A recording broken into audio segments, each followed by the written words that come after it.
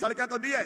माननीय मुख्यमंत्री जी, नया सर्वे हो गया है आवास का, आपके यहाँ ऑथेंटिकेशन का काम, उसको एक बार फिर से परखने का, जांचने का काम हो रहा होगा।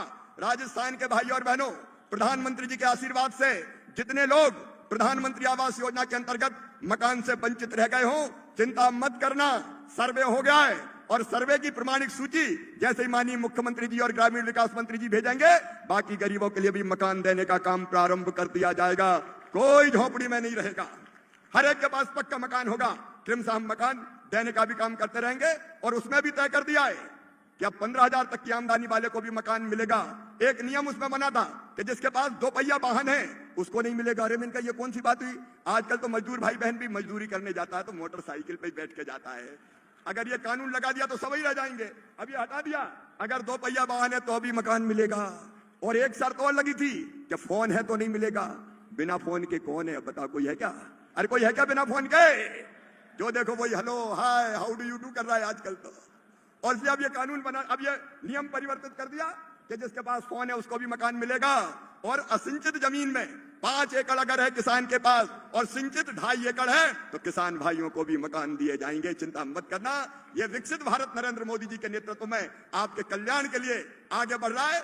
आपकी सेवा भगवान की पूजा है। इस मंत्र को मानते हुए मैं दोनों हाथ जोड़ के आपको प्रणाम करते हुए फिर यही कहता हूं, अन्न ब्रह्म है तो मेरे लिए किसान ब्रह्मा विष्णु और महेश तीनों है, और किसानों की सेवा मेरे लिए भगवान की पूजा है।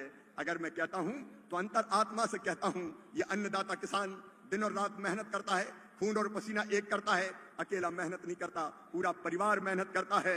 ये गर्मी में धूप में तपता है, ये बरसात में भीगता है, ये ठंड में ठिठुरता है, लेकिन पूरे हिंदुस्तान के अन्न के भंडार भरता है। मैं इसको बारंबार प्रणाम करता हूं इस संकल्प के साथ कि किसान भाइयों, प्रधानमंत्री नरेंद्र मोदी जी के नेतृत्व में हमारा संकल्प है खेती को हर हालत में फायदे का धंधा बनाना, और इसके लिए 6 सूत्री रणनीति हमारी। एक, किसानों का उत्पादन बढ़ाना।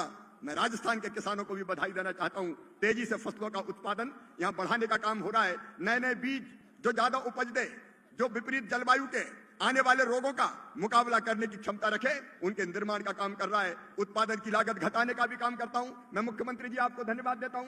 प्रधानमंत्री किसान सम्मान निधि में प्रधानमंत्री जी ने 6,000 दिए तो भजन लाल जी आपने 3,000 उसमें और जोड़ दिए, और 9,000 रुपया देके किसान सम्मान निधि से आप लागत कम करने का काम कर रहे हैं। और किसान भाइयों, ओले में, इल्ली में, सूखे में, पाले में, बाढ़ से, बरसात से कई बार फसलें तबाह और बर्बाद हो जाती है। आज कृषि मंत्री के रूप में प्रधानमंत्री जी के मार्गदर्शन में मैं आपको यह वचन देने आया हूं, भगवान ना करे कभी फसलों को नुकसान हो, लेकिन अगर कभी हो गया तो चिंता मत करना।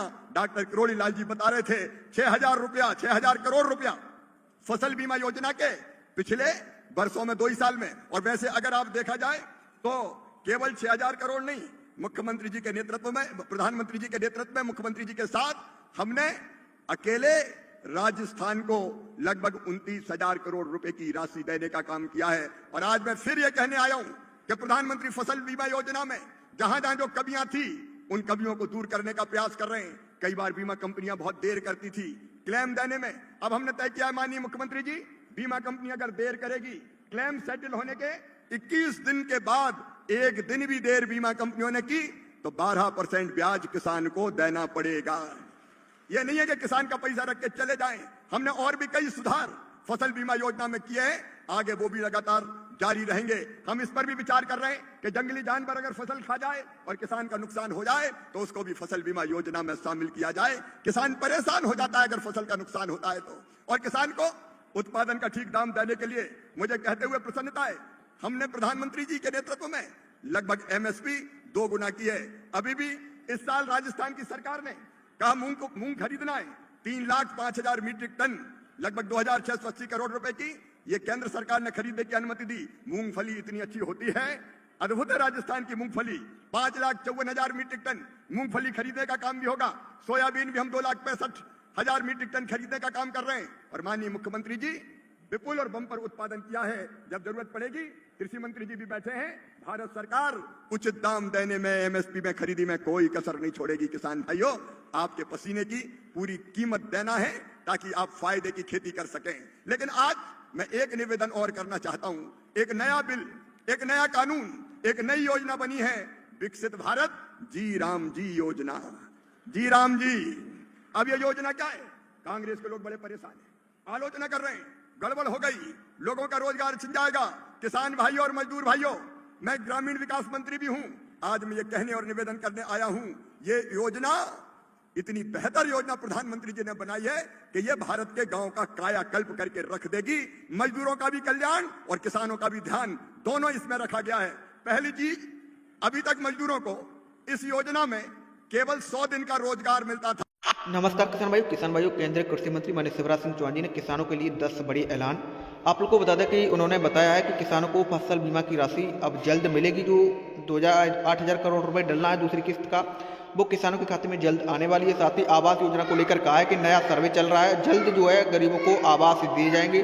2 करोड़ आवास उन्होंने बताया है कि 2 करोड़ आवास पीएम आवास योजना के अंतर्गत पहली किस्त भी गरीबों को मिलेगी और यह किस्त लगभग आप लोग के खाते में 30 से 35,000 रुपये के बीच में आएगी। यानी कि 30,000 रुपये से 35,000 रुपये के बीच में किस्त जो है पहली आवास योजना के अंतर्गत डाली जाएगी।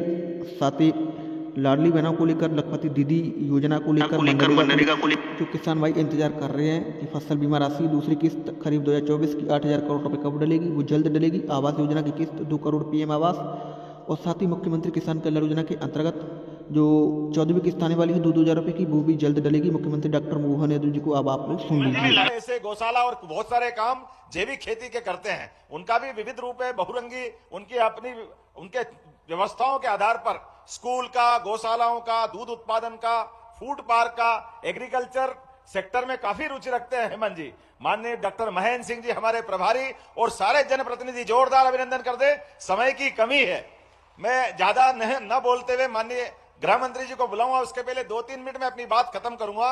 हमारा सबका माननीय प्रधानमंत्री श्रीमान नरेंद्र मोदी जी का जोरदार अभिनंदन करें, जिनके आशीर्वाद के बाद हमारे अपने सरकार के गठन के साथ हमारे माननीय गृह मंत्री जी, माननीय प्रधानमंत्री जी लगातार नवाचार को, अच्छे कामों को प्रोत्साहन दे रहे हैं। और खासकर ये बताना चाहूंगा, हमारे प्रदेश के अंदर किसानों की आय बढ़ाने के लिए, दूध का उत्पादन बढ़ाने के लिए भी बनासकांठा से नेशनल डेयरी डेवलपमेंट बोर्ड, और आप सहकारिता मंत्री भी हैं, इस नाते से किसानों की आय खेती की फसल से तो बढ़ना ही चाहिए, लेकिन दूध उत्पादन भी बढ़े और दूध उत्पादन के आधार पर घर घर व्यक्ति के जीवन में सुख समृद्धि आए।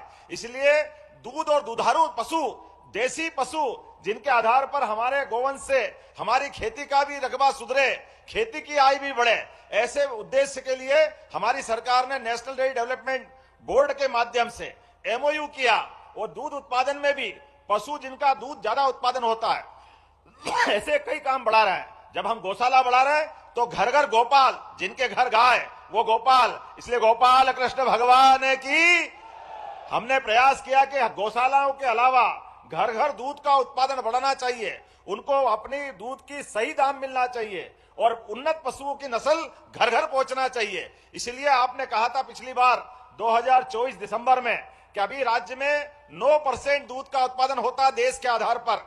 आपके आशीर्वाद से 5 साल में इसको 20% तक ले जाएंगे, 20% तक। जोरदार अभिनंदन करें, ये बड़ा संकल्प है, लेकिन आपके आशीर्वाद से पूरा होने वाला है। 1 साल के अंदर, पिछले साल तक राज्य में हम 9,000 लीटर दूध का उत्पादन करवा रहे थे, लेकिन अभी अभी आंकड़ा आया है पशुपालन विभाग के द्वारा, अभी हमने 12,000 लीटर दूध का प्रति दुग्ध संघ हमारे पास ये आंकड़ा आया है। 25% खरीदने के आधार पर बढ़ा है, लेकिन इसको 20% तक ले जाना है। और ये निराश्रित गौ माताएं जिनमें 33 करोड़ देवी देवता का वास होता है, ये दर दर क्यों भटके? वास्तव में इसका सारा प्रबंधन करने के लिए हमने नगरीय निकायों में, नगर पालिका, नगर निगम, नगर पंचायत, प्रत्येक गौशाला को 20 रुपया प्रति गौमाता के बजाय 40 रुपया प्रति गौमाता करने का निर्णय किया है। ऐसे कई और निर्णय मैं बता सकता हूं, लेकिन आज समय की कमी है। आज तो मन आनंद से भरा हुआ है। अटल बिहारी वाजपेयी जी की जयंती है, जोरदार अभिनंदन करें अटल बिहारी वाजपेयी जी के लिए, जिनके कारण मध्य प्रदेश को गौरव हुआ, दुनिया का सबसे बड़ा लोकतंत्र गौरवान्वित हुआ और हमारी जनसंघ से लेकर भारतीय जनता पार्टी की यात्रा विश्व की सबसे बड़ी पार्टी माननीय अमित जी के नेतृत्व में आपके अध्यक्षीय कार्यकाल में हुई थी। तो मैं आज आपको केवल राज्य के दो हिस्से, एक ग्वालियर में अटल जी के जन्म स्थान पर 2 लाख करोड़ से ज्यादा के अलग अलग प्रकार के उद्योग धंधों का भूमि पूजन किया और युवाओं को रोजगार दिलाने के लिए, गरीबों की जिंदगी बेहतर करने के लिए, किसान और महिला की जिंदगी बेहतर करने के लिए एक बड़े प्रोजेक्ट का वहां आपने शुभारंभ किया और यहां गौशाला के अंदर हमको प्रोत्साहन देने आए। जोरदार